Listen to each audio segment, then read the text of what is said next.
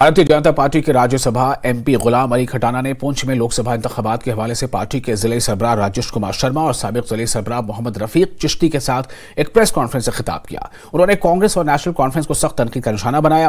उन्होंने कहा कि भारतीय जनता पार्टी का विजन जम्मू कश्मीर के नौजवानों की तरक्की, स्टार्टअप्स के जरिए नौजवानों को रोजगार फराहम करना, राजौरी पुंछ पे सयाहत को फरोग देना है। भारतीय जनता पार्टी का विजन जम्मू कश्मीर के लिए अमन है, यहाँ के नौजवानों के लिए उनके लिए रोज़गार है।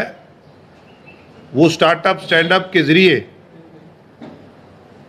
आने वाले अपनी जनरेशन्स को और लोगों को रोज़गार देने वाले कैसे बन जाएं, और बॉर्डर ज़िला ये पुंछ और राजौरी, ये गुलमर्ग और पहलगाम की तरह ये दुनिया में कैसे सियाहती मकाम बने, और यहाँ के जो लोग हैं राजौरी और पुंछ,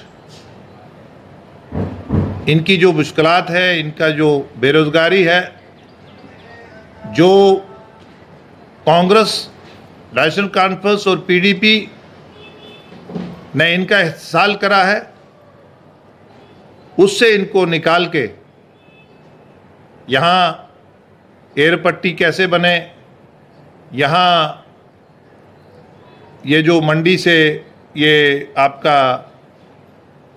टंगमर्ग के साथ ये रोड का यहाँ गंडोला कैसे बने, यहाँ मुगल रोड की टनलिंग और यहाँ के लेक्स,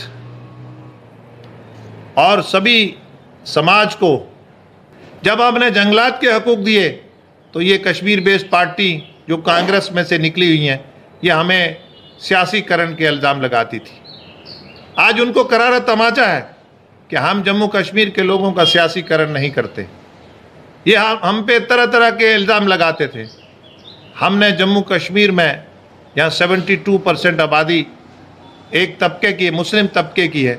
हमने यहाँ आयुष का कार्ड दिया, मजदूर से लेकर महबूबा मुफ्ती अब्दुल्ला तक फ्री है, देश में कहीं नहीं है।